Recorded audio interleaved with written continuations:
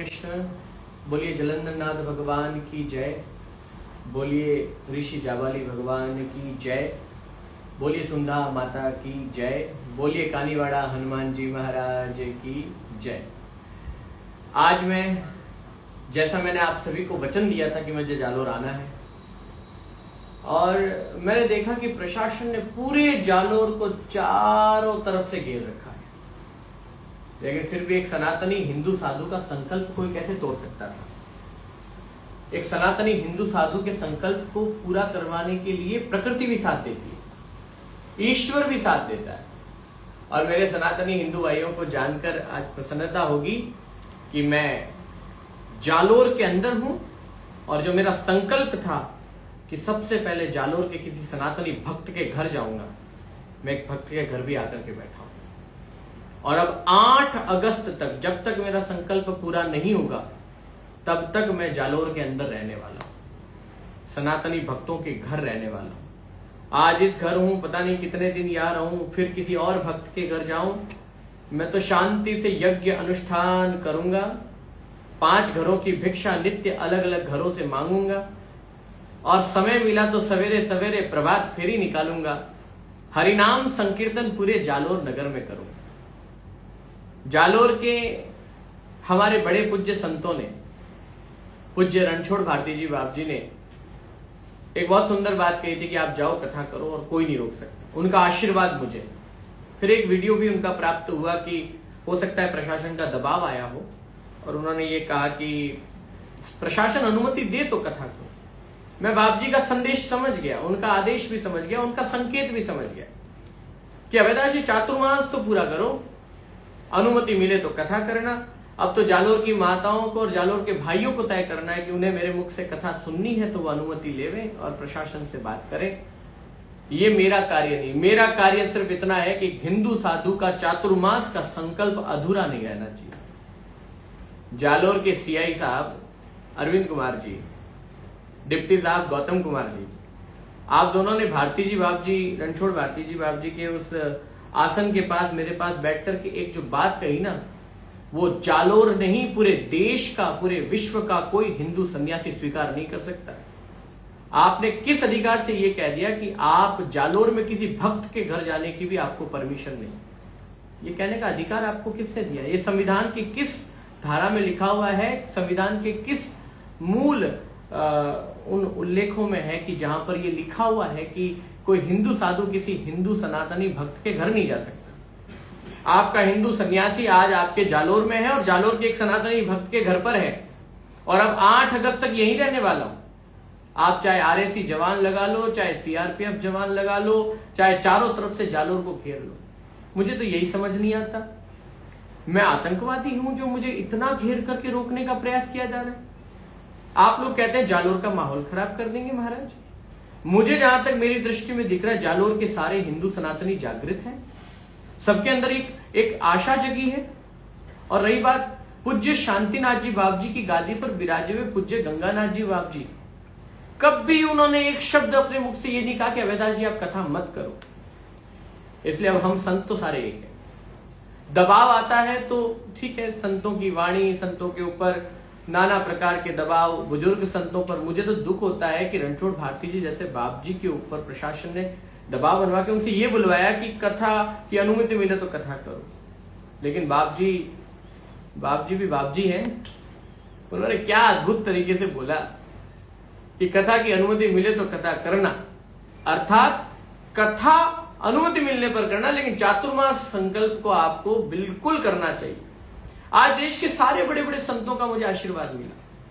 मैं किसी का नाम नहीं लेना चाहता, लेकिन देश के सभी शीर्ष संतों का, और सभी संतों ने फोन करके मुझे कहा अवैधाश जी, कहीं संविधान में ऐसा नहीं लिखा है कि कोई हिंदू सन्यासी किसी हिंदू भक्त के घर, सनातनी भक्त के घर जाकर के उनके घर अनुष्ठान पूरा नहीं कर सकते। मैं तो जालोर में हूं, एसपी साहब, कलेक्टर साहब, मैं जालोर में हूं। किया था ना आपने खूब प्रयास, दिन और रात पूरे जालोर की सड़कों को जाम करके रखा। आज जालोर की पूरी सड़कों पर जालोर के व्यापारियों से ज्यादा, विक्रेताओं से ज्यादा, खरीदने वालों से ज्यादा आपने पुलिस खड़ी कर रखी है। किस खुशी में? एक हिंदू साधु को रोकने के लिए। मुझे तो ये समझ ही नहीं आ रहा है, ये क्या करने वाले हैं आप, किस नीति की ओर जा रहे हैं। ये अनीति है, ये अधर्म है। देश भर से संत आशीर्वाद दे रहे हैं, तो ठीक है, चातुर्मास था। मैं भी नहीं चाहता कि कोई चातुर्मास के कारण मेरा कोई साधु अपना संकल्प तोड़ करके, हमारे धर्म के कोई शीर्ष महापुरुष अपना संकल्प तोड़ करके यहां जालोर आवे। कई बड़े बड़े संतों ने मुझे कहा कि अभयदास जी, अगर आपको स्वीकृति नहीं मिलती है हम जालोर आएंगे। मैंने कहा नहीं महापुरुषों, आप अपना संकल्प तोड़ करके इस साधु का संकल्प बचाने ना आए, वो भी मुझे ही दोष लगेगा। आप अपने स्थान पर रहें, लेकिन जितना प्रयास हो सकता है आप उसको करावें।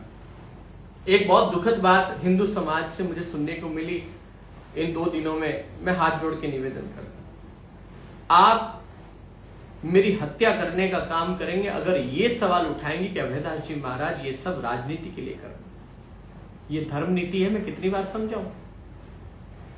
और हमारे बहुत सारे महापुरुष हैं जो राजनीति में, पूज्य प्रतापपुरी जी महाराज, पूज्य बाबा बालकनाथ जी महाराज, पूज्य सुमेधानंद जी महाराज, तीनों संतों की जांच कमेटी भी तो भाजपा प्रदेश अध्यक्ष ने बना करके भेजी। कल मुझे इसकी जानकारी मिली, अच्छी बात है।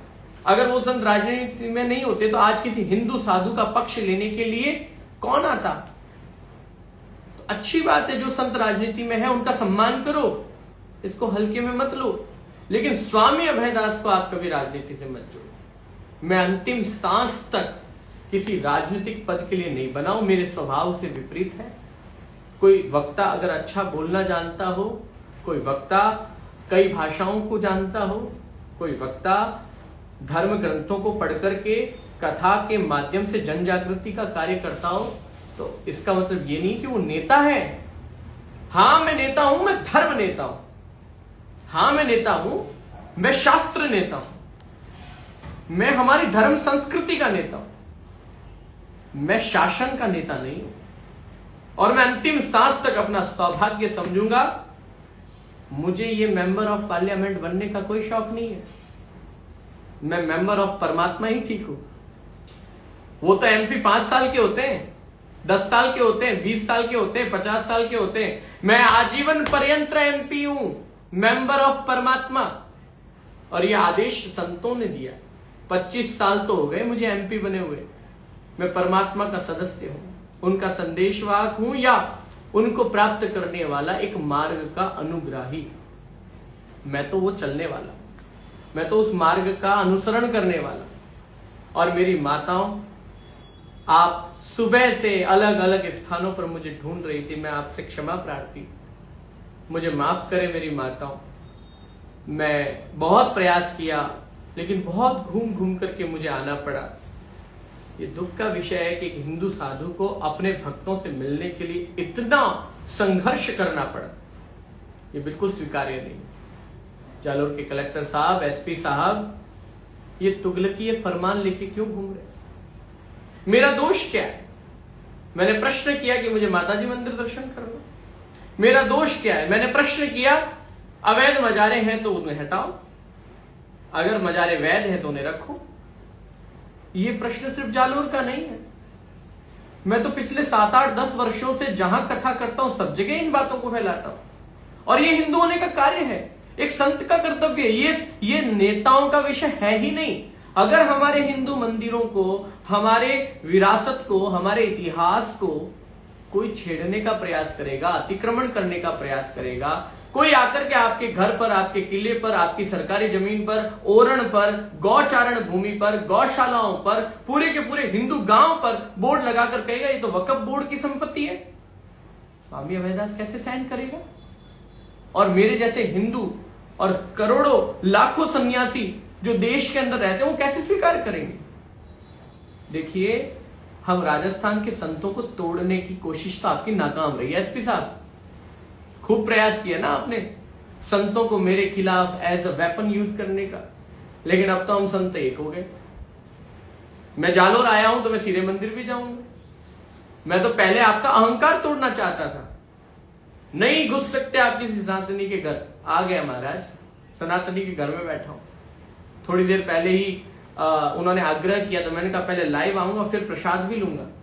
और मेरी बहुत सारी माताएं कालका कॉलोनी के अंदर जागन्नाथ मंदिर में मेरी प्रतीक्षा भी कर रही हैं। अभी मैं देखता हूं कि मुझे वहां जाना है कि मेरी माताओं को मेरे पास बुलाना है, मेरे सारे हजारों सनातनियों को मेरे पास बुलाना है। अभी मैं अपनी लोकेशन इसलिए नहीं दे रहा। और कुछ लोग कहते हैं कि महाराज आपको चौड़े धाड़े आना चाहिए। मैं आता चौड़े धाड़े, लेकिन बॉर्डर पर ये जो सैकड़ों जवान खड़े कर रखे हैं ना, मैं हमारे देश के इन हिंदू जवानों के साथ भिड़ करके बेचारे उन जवानों के अंदर उस पीड़ा को मैं नहीं देख सकता उनकी आंखों में। मैंने खूब सवेरे विचार किया कि मैं भिड़ भी जाऊंगा, सामने कौन होगा? हमारा हिंदू जवान। सामने कौन होगा? एक सेवा नौकरी कर रहा, तुगलक की फरमान जारी करने वाले, किसी बड़े अधिकारी के नीचे काम करने वाले पुलिस के जवान। बेचारों को एक हिंदू सन्यासी पर लाठी चलाने का आदेश भी ये लोग दे देते हैं। हिंदू सन्यासी को धक्का देने का आदेश ये लोग दे देते हैं। देने वाले हमारे बड़े बुजुर्ग जवान भी हैं। वो रात को जाकर के दुखी होते होंगे, रोते होंगे कि आज कैसा आदेश आया कि मुझे एक हिंदू साधु को धक्का देना पड़ा, उसे रोकना पड़ा, उससे बल प्रयोग करना पड़ा, हमारी बहन बेटियों को धक्का देना पड़ा, उन पर लाठीचार्ज करना पड़ा।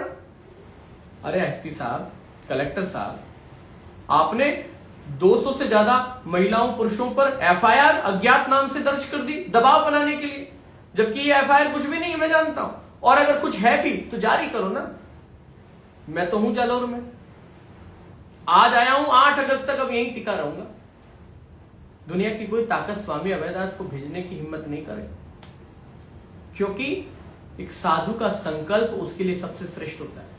अब अगर मैं जहां बैठा हूं, यहां आकर के अगर आपकी पुलिस मुझे हाथ लगा करके लेकर जाने का या घसीटने का भी प्रयास करेगी, मैं एसपी साहब आपको स्पष्ट कह देता हूं, 1584 जौहर हुए थे ना यहां पर, माताओं ने किए थे आत्मरक्षा के लिए, अपने संकल्पों की रक्षा करने के लिए, क्योंकि उन्होंने एक पति का संकल्प लिया था। पतिव्रता नारी थी वो। कोई बाहर से आकर के मुगलिया सैनिक उनके साथ शोषण ना करे, दोहन ना करे, उनके शरीर को नोच ना खाए, इसलिए वो जौहर करती थी। वो भी एक संकल्प था, वचन थे 7 फेरे वाले। तो जालोर में इतिहास का सबसे बड़ा जौहर हुआ था। उसके निमित्त तो मैंने कथा की है ऋण मुक्ति के लिए जालोर की। उसका फल मुझे जालोर के एसपी साहब और कलेक्टर साहब आपने ये दिया। उसका फल मुझे डिप्टी गौतम कुमार और अरविंद कुमार ने ये दिया। धक्का, हमारी माताओं पर लाठीचार्ज, हमारे भाइयों पर लाठीचार्ज, युवाओं पर लाठीचार्ज। आप ये करेंगे? ये स्वीकार्य नहीं। मैं शांतिपूर्ण ढंग से अब यहां रहूंगा। पहले भी शांतिपूर्ण ढंग से ही कथा करी है, शांतिपूर्ण ढंग से ही मंदिर दर्शन करने गए। आपके इतने करने के बाद क्या हमारी एक माता ने खरोच भी लगाई किसी मजार को? सामने भी देखा? नहीं। शांतिपूर्ण ढंग से हजारों की संख्या में, आपने तो 2 बसों का कहा था, लेकिन हमारे हिंदुओं को आप कैसे रोकते?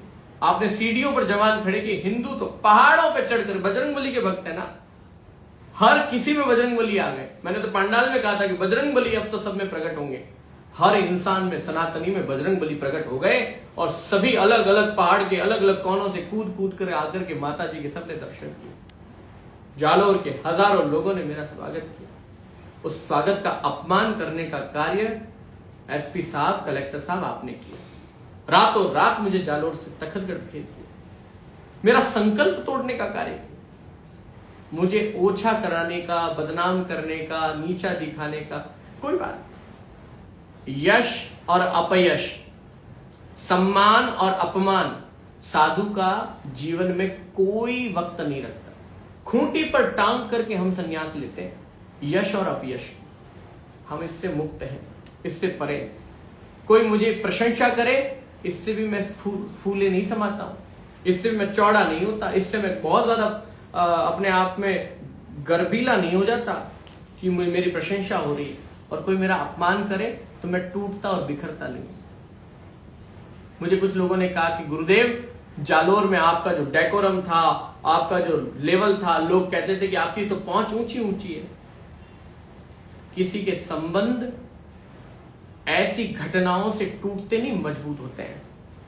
आज देश के जितने बड़े संत, जो मेरी असली कीमत है, मेरी बपौती है, मेरी जागीरी है, मेरा सबसे मूल धन है, वो आज भी मेरे साथ और हमारा संबंध और प्रगाढ़ हुआ है।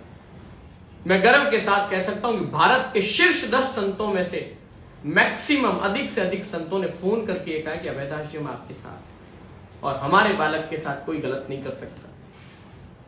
आज दिल्ली के अंदर वो सभी संत प्रशासन को, शासन को, देश की केंद्र की सरकार को ये संकेत दे रहे हैं कि अभयदास जी महाराज के साथ जालोर में गलत हो रहा है और हो भी रहा है। लेकिन आप अपने आप को बड़ा तेज समझते हैं ना, आईएएस है, आईपीएस है, मसूरी में ट्रेनिंग लेकर के आए, आप लोगों को तो सिखा करके ट्रेंड किया गया है ना कि कैसे हिंदुओं को दो भागों में तोड़ करके किसी सशक्त हिंदू आंदोलन को, अनशन को समाप्त करना है। हिंदू साधु के विरुद्ध हिंदू साधु को खड़ा कर दो, टूट जाएगा हिंदू। हिंदू संत को, जो बेचारे बुजुर्ग हैं, एकदम एकदम उनकी अवस्था क्या, उनकी आयु क्या है, उसका तो मान रख लेते। एक बुजुर्ग संत का आपने अपमान करने का कार्य किया है, उनके कहे हुए शब्द को पलटाने का कोशिश किया आपने। अरे संतों को तो छोड़ दो, अपने इस तार्किक दिमाग से संतों को तो माफ कर दो। क्यों संतों का दुरुपयोग कर रहे हो आप लोग? मैं तो आने वाले प्रतापपुरी जी, बालकनाथ जी और सुमेधानंद जी से भी हाथ जोड़ करके विनती करता हूं, देर मत कर देना, मैं जालोर में हूं, अहित ना कर दे ये हमारा संतों का और हमारे सनातनियों का। और मैं तो यही हूं, अब आपको जो करना है करें, पर मैं जालोर की बॉर्डर पर इसलिए नहीं भिड़ा क्योंकि मैं नहीं चाहता था कि हमारे जवान अपने ही साधु के साथ में भिड़े, उसको धक्का दें और रात में जाकर के पश्चाताप की अग्नि में धधके। मैं नहीं चाहता था कि मेरी माताओं ने पहले ही मेरे लिए लाठीचार्ज में लाठियां खाई है और अब वो फिर जालोर की बॉर्डर पर जब अपने ही साधु, अपने बेटे को, एक संत बेटे को लाठी खाते देखे तो वो